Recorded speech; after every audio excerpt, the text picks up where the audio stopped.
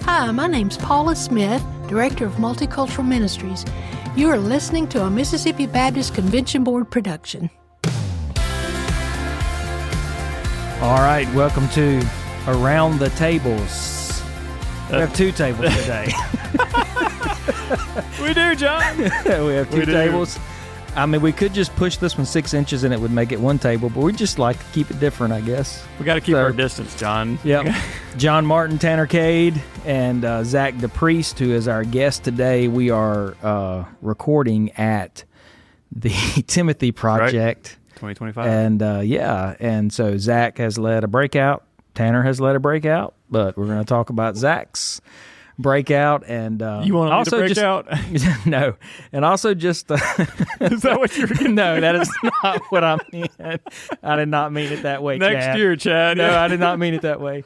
But before we start talking about Zach introducing the Mississippi Baptist, talking about whatever it is we're going to talk about, Tanner wants to remind you guys about the SBC Fellowship. Hey, and I'm going to do something live as we're recording this right now, John. So we got a note yesterday that our ballroom changed, our meeting room in the convention hall. And we don't meet in who cares about ballrooms? But so the number is now C3 instead of C4, in case you are really just on your P's and Q's out there. So. I'm going to guess that if you were headed towards C4, you'd probably see C3.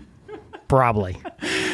We're going to have flags at our Mississippi Baptist Fellowship right outside these doors of C3 in the convention hall. And so hopefully you will see this, and we do want you to register. It's going to be a good old time. And this is as it's been in years past, a come and go. It starts at 6:30 till 9 o'clock, and that's Monday evening after the Pastors Conference. Yeah, so, if you go to the IMB dinner, maybe, hopefully you've already got tickets to that. If you plan on going to that, you can come afterwards, have a little dessert. If ice cream. you can come by before you go to dinner. Maybe that's your plans, and get a little snack and then head to dinner. But really, what we want you to do more than anything is just come hang out with the Mississippi Baptists that are there. We're looking for a big crowd, but we need you to register so that we can know exactly how many people are going to be there. So please register. You can. It's been in emails that Tanner sends every week that you can sign up for. It's on our social media. I'm sure it's in the show notes below this that you can click on and register, but appreciate you registering. Yep, it's a really good time. I've heard some folks in the hallway here at the Timothy Project saying they're going to Dallas, and they're going to be there. Most people are there by Monday evening anyway because business is Tuesday, Wednesday. But right. Zach, I know you said you can't make it this year, but hopefully you can make it to Fellowship next year. Plans to try to do next year. Yep. All right, so that voice is Zach. I just introduced him by saying his name there, I guess. So Zach, it's always fun. So we talk to different folks, and you know tons of people in Mississippi Baptist life anyway, and so it's fun going across the state, different events, and the original intent of this podcast was to tell stories of what Mississippi Baptists were doing across the state, what God was doing in the churches and our folks across the state of Mississippi. And it's just fun that this has become a regular, according to some people that run into it becomes a regular stop point in their midweek for them to re-engage with Mississippi Baptist life. Whether you're in Harrison County, you're in DeSoto County, or wherever in between Mississippi, we do love the opportunity to gather around the table with different folks, and we also love opportunities to introduce our listeners to new folks in the building. So that's right.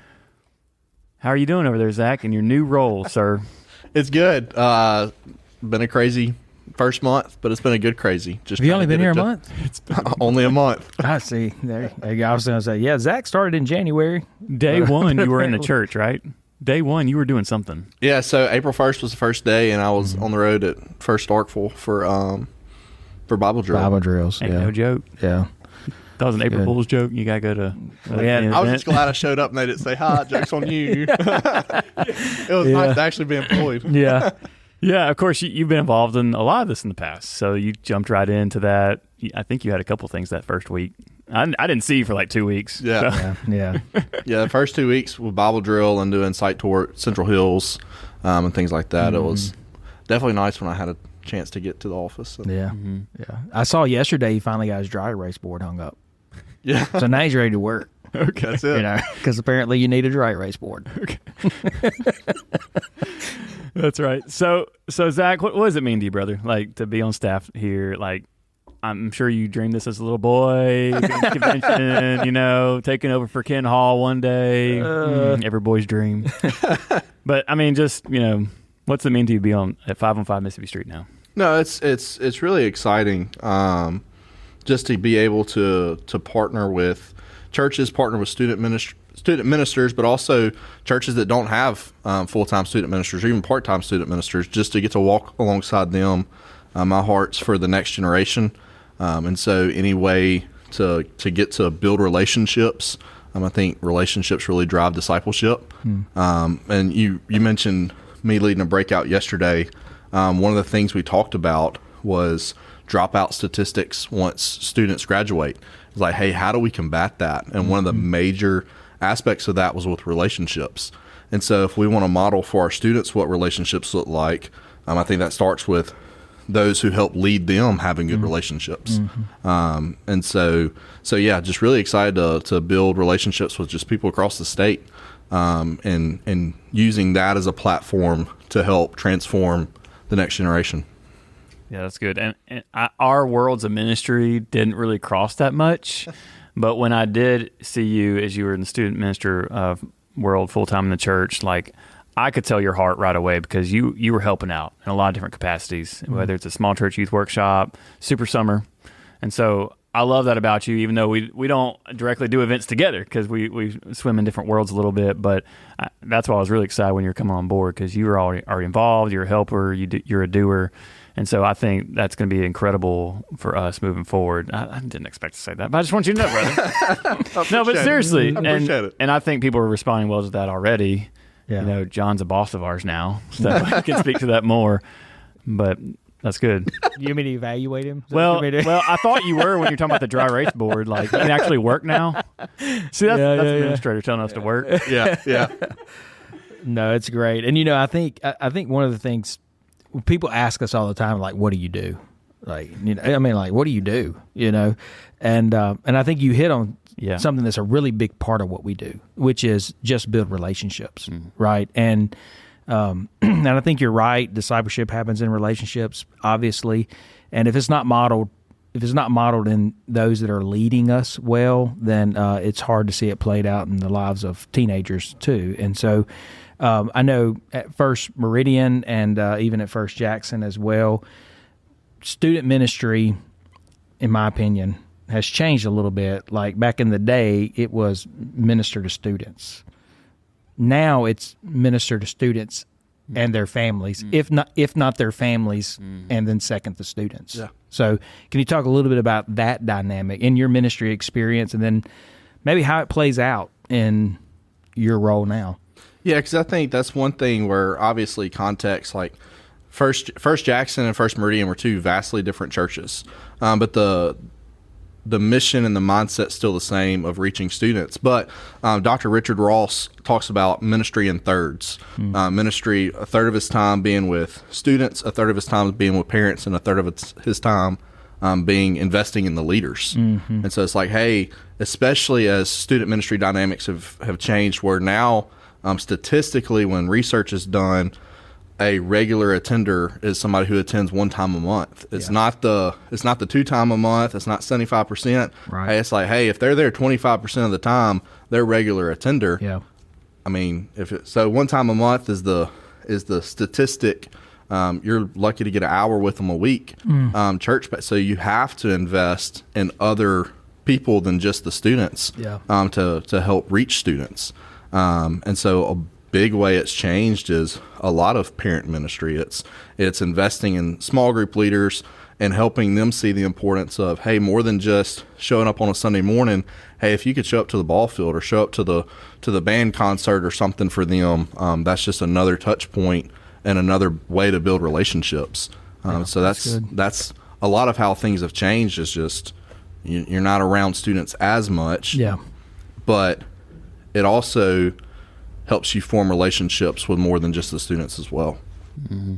How would you define how your role at Mississippi Baptist Convention can help churches directly? Like, maybe it's a phone call you've already had in these first 4 weeks. Like, what are some ways that our audience know to call on you? Obviously, there's obvious ways there, but is there something that we're missing? Can you just elaborate on kind of what you do as far as consulting and helping churches? Have you had some consulting calls already? I assume, but...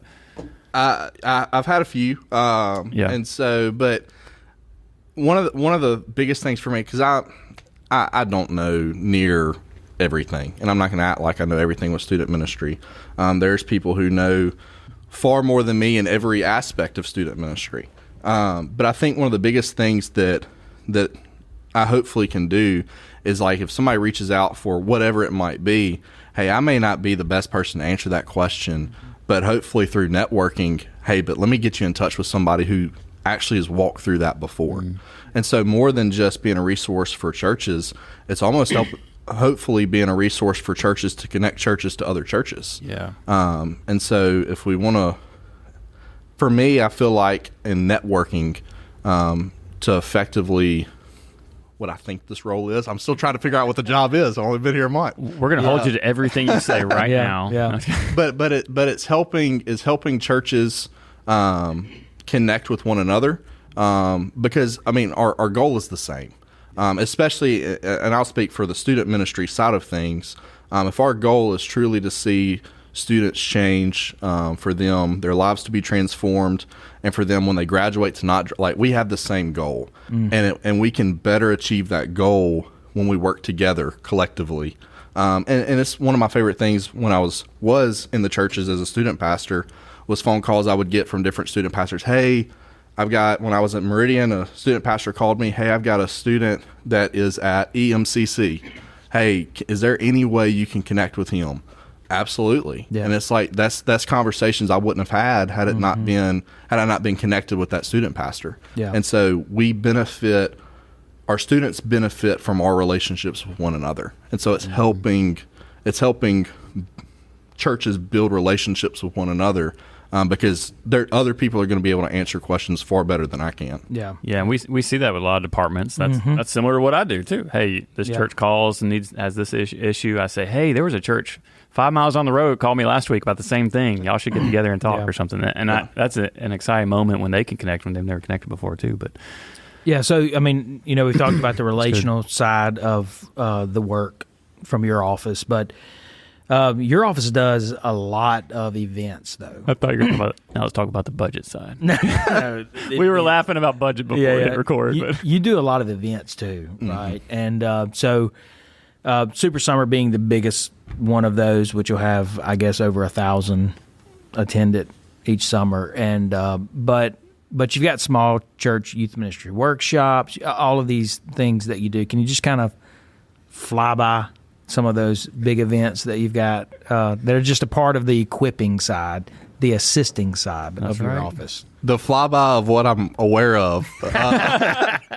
It may change. Yeah. Because hey, by the way, you got to do this next week, right? I've been told multiple times it takes at least a year, if not two, to fully understand what your job is. That's right. But no, I mean the small church workshop is a huge aspect of just getting to partner with some of our smaller churches, because a lot of times it can be tempting when talking about student ministry to talk to things and talk to people in a way that, hey, but it would take a student pastor to do that. Yeah. And so a lot of our churches, that's not the case. They may not have a full-time student pastor. They might not even have a part-time.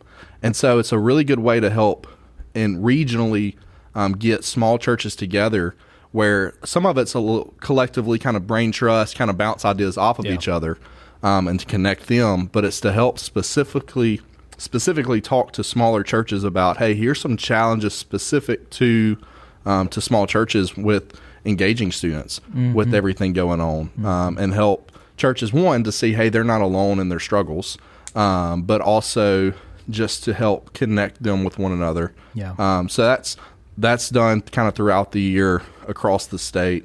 Bible drill comes out of our department. It's a big thing as well. Speakers tournament, we had that. I guess that would have been a week ago from when we were recording for high school students. I'm trying to think through the calendar that I haven't even. July, Super Summer.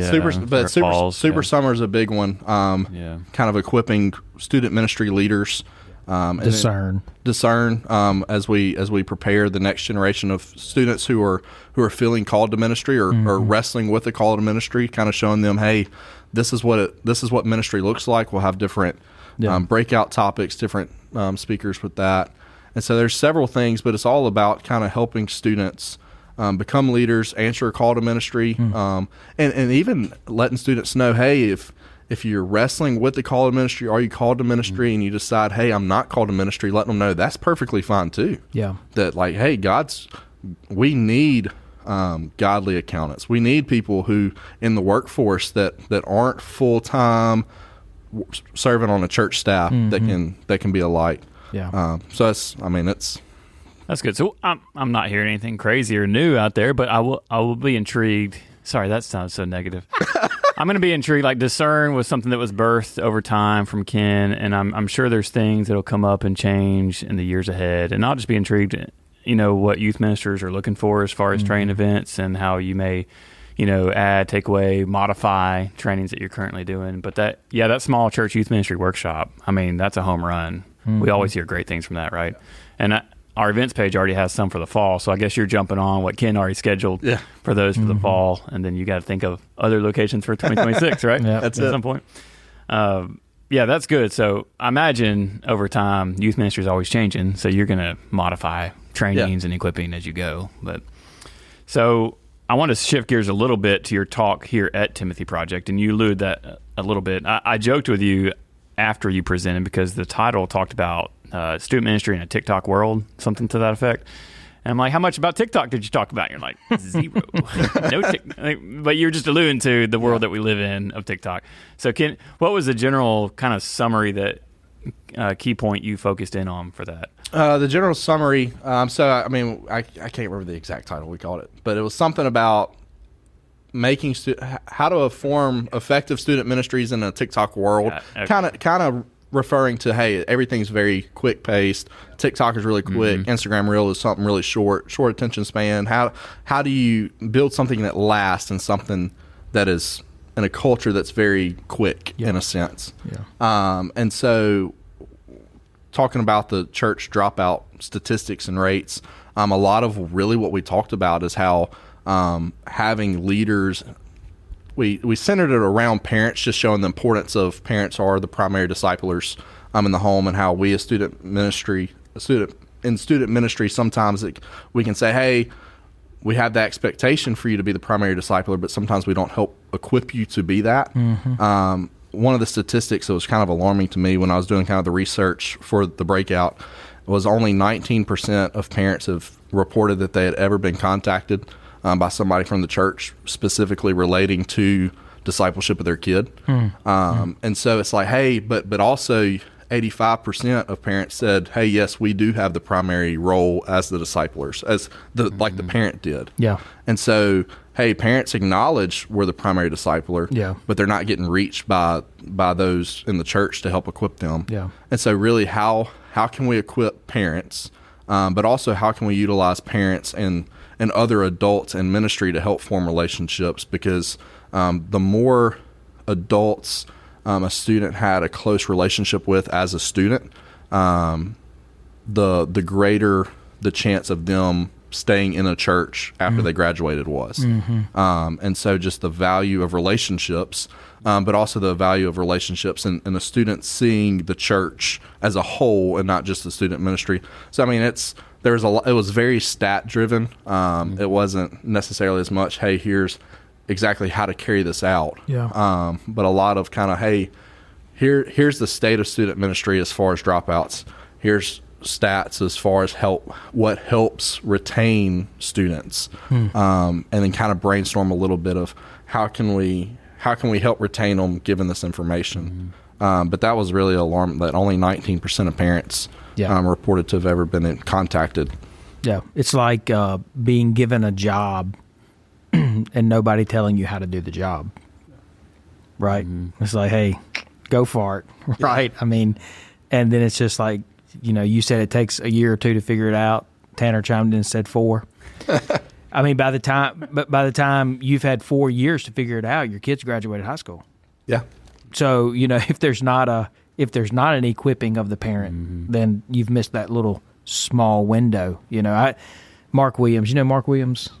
Mark Williams and I grew up together, and so I remember hearing him speak one time, and I think he got this from Orange, but he had a marble jar at his house. You've seen this illustration. where you take out a marble for every week or whatever it was, and you just watch that time dwindle that your kid's going to be in your house, and so if we don't do it early, then we miss the opportunity, waiting on someone else to equip us. And, I think that's what student pastors have to do now, try to help equip us.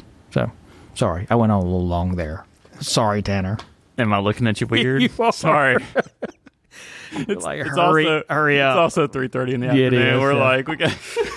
Yeah. This is good stuff. And I think just in that summary right there, I can hear your heart ministry as well. So that's more of you define your approach to ministry, which is great to hear. And so, anyway, I'm very thankful to serve alongside you, brother, and I'm glad we caught you here in the middle of Timothy Project's conference here in the corner room of room 200. But this is our life. We're all over the state, and sometimes we don't see each other in the office. That's and so, it. Like that's how our calendar was falling this week. So, anyway, Zach, appreciate you. And Impact Trains, we didn't mention that, but I'm sure you may be tagging along for that in August a little bit. Yep. But we look forward to Impact. By the way, Impact Trains are coming up in August at 5 different locations. Registration is open. Yep, on the events page. It's going to be a good time this year all across the state. So thank you, Mississippi Baptist, for listening, and thank you for engaging in Mississippi Baptist life. Look forward to the next episode next time. We'll see y'all. Mississippi Baptist, thank you for listening to today's episode. My name is Paula Smith, and I serve as the Director of Multicultural Ministries. Our department works cross-culturally throughout Mississippi to touch lives with the gospel message, reaching the world that has now reached us, and equipping churches to reach all the cultures in their neighborhoods. We focus on a wide range of ministries, including African American, Asian, Deaf, Hispanic, Native American, and special needs adults. If you have any questions for our department, please email me at psmith@mbcb.org or call 601-292-3288.